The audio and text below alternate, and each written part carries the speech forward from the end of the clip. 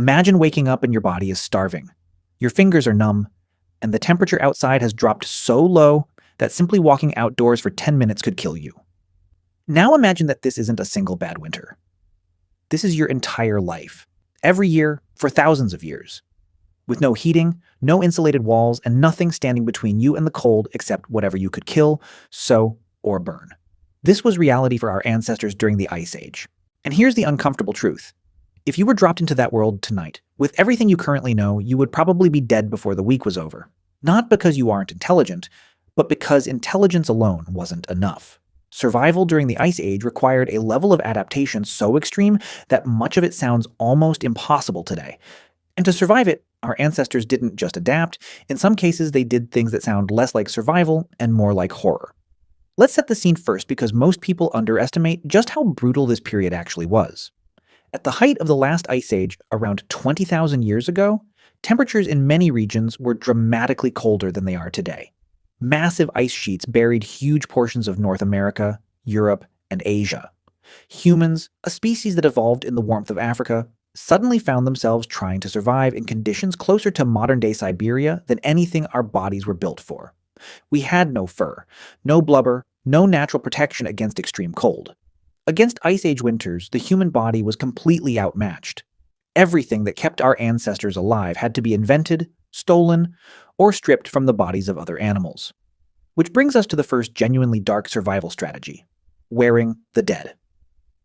Early humans quickly learned that their own skin meant almost nothing against Ice Age winters, so they took the skin of other creatures instead. Animal hides became the barrier between a human and freezing to death.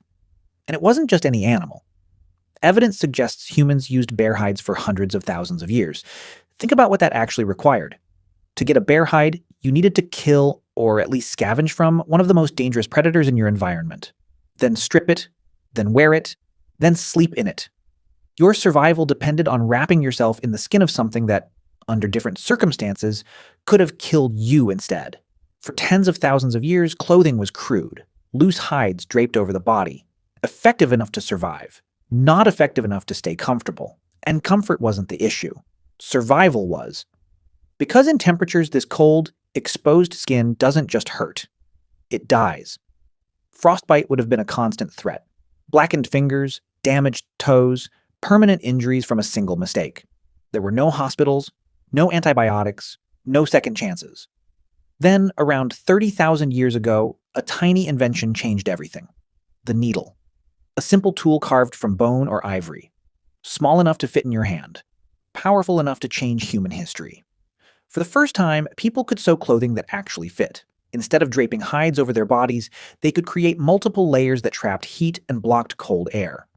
Clothes made from reindeer, fox, hare, and other animal hides suddenly became far more effective. This may not sound revolutionary, but it probably helped entire populations survive places they otherwise couldn't have inhabited. Yet every piece of clothing still came at a cost. Every coat, every glove, every layer meant another animal had died, and someone had spent hours processing its hide with stone tools while standing in freezing temperatures themselves.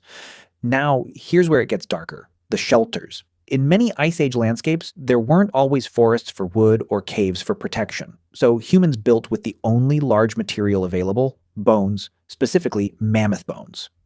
Across parts of Eastern Europe, archaeologists have discovered ancient structures built from mammoth skulls, ribs, tusks, and other skeletal remains. These weren't random piles. They were carefully designed homes, layered with hides and earth to block wind and trap warmth. Humans were literally building their houses out of skeletons. Imagine falling asleep inside a structure made from skulls, ribs, and tusks. The wind howls outside. Snow piles against the walls. And the only thing separating you from freezing to death is the skeleton of an animal that once weighed several tons. For Ice Age humans, that wasn't a nightmare. It was home. But perhaps the darkest theory of all isn't about what our ancestors killed. At a site in Spain known as Cima de los Huesos, the Pit of Bones, researchers found evidence suggesting ancient humans may have endured periods of extreme physiological stress. Some scientists have proposed a controversial possibility that ancient humans may have entered a state resembling hibernation. Not true bear-like hibernation, but a dramatic slowing of activity and metabolism during the harshest periods of winter. The evidence remains debated.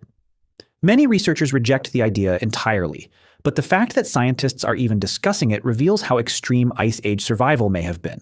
Imagine winters so brutal that simply staying alive required your body to operate differently, to conserve every possible calorie, to endure months of scarcity, just to reach spring. And then there's the most uncomfortable reality of all. Not everyone survived. As the Ice Age continued, our closest relatives, the Neanderthals, disappeared. These were humans who had spent hundreds of thousands of years adapting to cold European climates. In many ways, they were better suited to the cold than we were, yet they vanished. Climate instability, shrinking food supplies, and competition for resources likely pushed their populations beyond recovery. Eventually, an entire branch of humanity disappeared from the Earth. Modern humans survived. Neanderthals didn't. And scientists still debate exactly why. Some point to technology. Others point to social networks. Some point to a combination of many small advantages. Whatever the reason, the outcome was the same.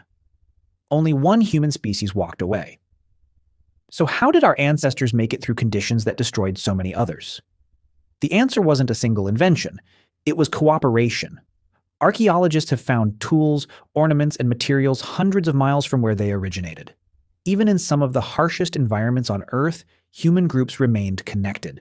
Those connections meant trade, information, support, and sometimes survival itself. If one group faced starvation, another might help.